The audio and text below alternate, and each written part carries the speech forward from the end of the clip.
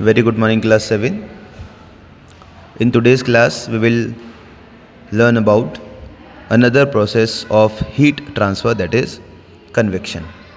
What is convection? It is a process. इस process में जो पार्टिकल्स होते हैं उन पार्टिकल्स के थ्रू एक पार्टिकल से दूसरे पार्टिकल में हीट का ट्रांसफ़र होता है. In this process, heat transfer through the movement of molecules in the fluid medium such as liquid and gases. Conduction में जो हीट पास होती है वो एक मॉलिक्यूल से दूसरे मॉलिक्यूल में होती है without movement. Convection involves actual movement of heated molecule. Convection में जो हीट मॉलिक्यूल होते हैं उनका मूवमेंट होता है. फॉर एग्जांपल, हम अगर जब पानी को बॉईल करते हैं तो सबसे पहले जो निचला पार्ट है पानी का, जो नीचे पानी होगा वो बॉईल होगा, वो धीरे धीरे ऊपर की तरफ मूव करेगा. इसी सर्कुलेशन मूवमेंट की वजह से पानी जो होता है वो पूरा गर्म हो जाता है. एक कॉमन एग्जाम्पल है कन्वेक्शन का heating pan. The water at the bottom of the pan heated first. These water molecules become lighter and rise to the top. और जो ऊपर से कूलर पार्टिकल्स होते हैं वो नीचे की तरफ आते हैं और फिर वो गर्म होना शुरू होते हैं. This creates a continuous circulation pattern. और एक कॉन्टीन्यूस सर्कुलेशन पैटर्न बनता है जिसको हम कन्वेक्शन करंट कहते हैं. ठीक है. कन्वेक्शन एक बहुत हेल्पफुल है इन मैनी नेचुरल प्रोसेस, जैसे कि लैंड ब्रीज और सी ब्रीज जो होती हैं. दिन में क्या होता है, लैंड हीट अप होता है फास्टर एज़ कम्पेयर टू सी. तो जो वार्म एयर है लैंड की वो ऊपर की तरफ मूव करती है और सी से कूल एयर जो होती है वो लैंड की तरफ मूव करती है. ऐसे ही रात के समय क्या होता है, इसका रिवर्स होता है.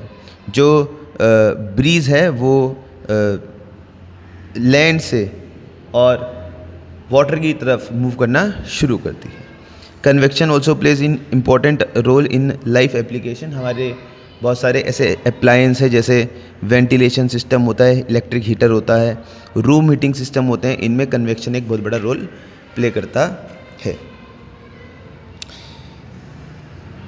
यहाँ पर हमको एक्टिविटी दी गई है, एक्टिविटी 2, जिस एक्टिविटी में हमको एक बर्निंग कैंडल के बारे में यहाँ पर दिया गया है कि एक हमको इस तरीके की अरेंजमेंट बनानी है जिसमें हम 2 कप्स को लेंगे और एक तरफ कैंडल रख देंगे, क्योंकि कैंडल जो है वो उसकी फ्लेम की वजह से हॉट एयर क्रिएट होगी. हॉट एयर ऊपर की तरफ जाएगी और ये कप जैसे ही ऊपर की तरफ जाएगा तो ये नीचे की तरफ मूव करना शुरू करेगा.